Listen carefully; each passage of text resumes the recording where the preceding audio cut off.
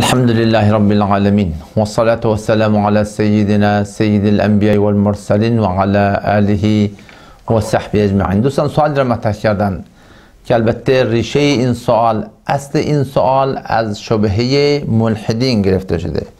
ملحدین مدعی‌اند که منطقه جغرافیایی که انسان در اونجا به دنیا میاد، این منطقه جغرافیایی است که برای انسان دین را انتخاب میکنه. یعنی اینکه انسان خود با تفکر و تعقل خود دینی را انتخاب برای خودش نمیکنه، بلکه این منطقه جغرافیایی که انسان در اونجا به دنیا میاد، این منطقه جغرافیایی است که برای انسان دین را، حالا هر دینی باشه، انتخاب میکنه. دوستان دقت بکنید، در تاثیرگذاری منطقه جغرافیایی که انسان در اونجا به دنیا میاد به نسبت انتخاب دیانت، این دیگه جای هیچ شکی وجود نداره. منتها بحث سر اینه، آیا اینو به صورت مطلق گفتن، یعنی اینو اینطور باور کردن که بله این منطقه جغرافیایی است که برای انسان دین رو انتخاب میکنه، اینطور درسته یا درست نیست؟ بحث سر اینه. دقت بکنید دوستان، در قصه حضرت آدم علیه السلام و فرزندان او آمده که وقتی قابیل حضرت حابیل را کشتن، مانده بودن که چیکار بکنن، جسد را چیکار بکنن، با اون رسوایی که به بار آورده بودن چیکار بکنن. اینجا بود که الله متعال فبعث الله غرابا، یک کلاغی را الله متعال برای یاد دادن به او فرستادن، و این کلاغ همون جثه‌ای که مثلا از کلاغ دیگر اونجا افتاده بود مرده بود، اینو همینطور با پای خودش کند و خلاصه انداخت داخل گودال و اینو دفن کرد. اینجا بود که قابیل متوجه این شد که بله میتونه برادرش را به این صورت دفن بکنه و خلاصه از این رسوایی به ظاهر خلاصه بیرون بیاد. دوستان دقت بکنید، حالا چیزی که در این داستان مد نظر این جلسه ما هست اینه که انسان از حیوانات هم یاد میگیره. حالا اگر انسان در محیطی زندگی بکنه و اون محیط خلاصه مسجدی هست، منبری هست، خلاصه صحبت خدا و رسول خدایی هست، در تاثیرگذاری این موارد و کلا تاثیرگذاری منطقه جغرافیایی که در اونجا به دنیا میاد هیچ شکی وجود نداره. بالعکس، اگر انسان در منطقه یهودی یا مسیحی به دنیا بیاد، تعلیماتی که در اونجا داده میشه به نسبت انتخاب دیانت این شخص بسیار تاثیرگذار هست. اما چیزی که ما امروزه داریم به چشم خودمون میبینیم، خیلی از اشخاصی که در مناطق جغرافیایی اسلامی به دنیا آمدن متاسفانه مرتد شدن، متاسفانه ملحد شدن، کلا دین و دیانت رو کلا انکار کردن. و بالعکس خیلی از اشخاصی که در جامعه یهودیت و مسیحیت در منطقه جغرافیایی که اصلا از اسلام خبری هم موقع نبوده و بعدم پیام و قرآن مجا رسیده، اینا آمدن با عقل و تفکر و بینش خودشون اسلام را برای خودشون انتخاب کردن. لذا گفتن این حرف که بله این منطقه جغرافیایی است که دین را برای ما انتخاب میکنه، این حرف کاملا که نه، در حد 50% یعنی این اشتباهه. بله در تاثیرگذاری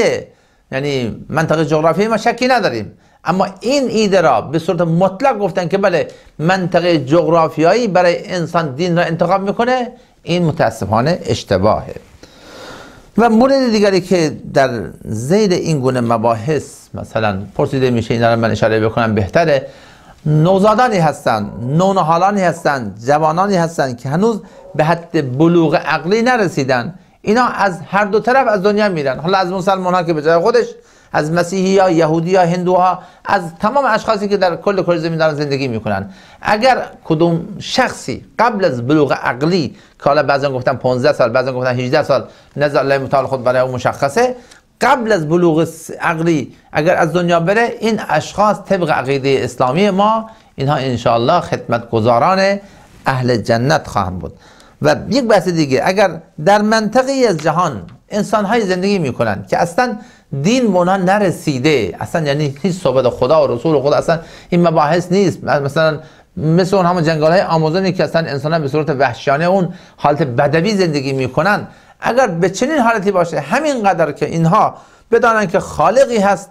علما گفتن که الله متعال از اینها قبول انشاءالله خواهد کرد. و در آیه 15 سوره اسراء هم الله متعال خود فرموده و ما كنا معذبین حتی نبعث رسولا، الله متعال فرمودن که ما تا زمانی که بر قومی پیامبری را مثلا نفرستیم، ما اون قوم را عذاب نخواهیم داد. این یک بس. یا مثلا در کدام منطقه ای اصلا یعنی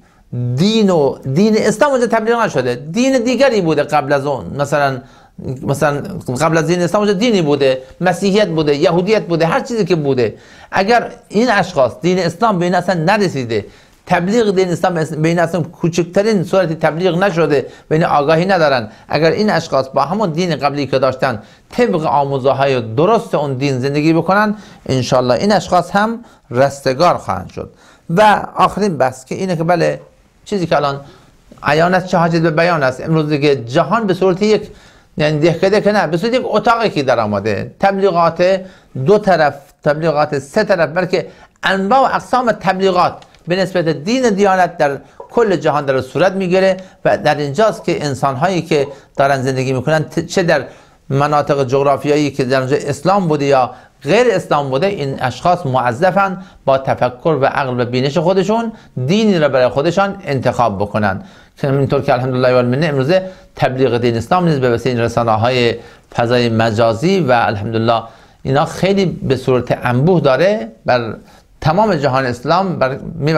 بر تمام دنیا داره این نشر میشه. در اینجا انسان ها موظفن که تحقیق بکنن، عقل خودشون را به کار بیاندازن، فکر خودشون را به کار بیاندازن و به خالق هستی و به دین حقیقی الله متعال که اسلام هست ایمان بیاورن. در غیر این صورت این اشخاص پناه بر خدا الله متعال از اون جمله نگردانه، اینا معذب خواهند بود هم در دنیا و هم در آخرت. الله به همه توفیق بده و السلام علیکم و رحمت الله و برکاته.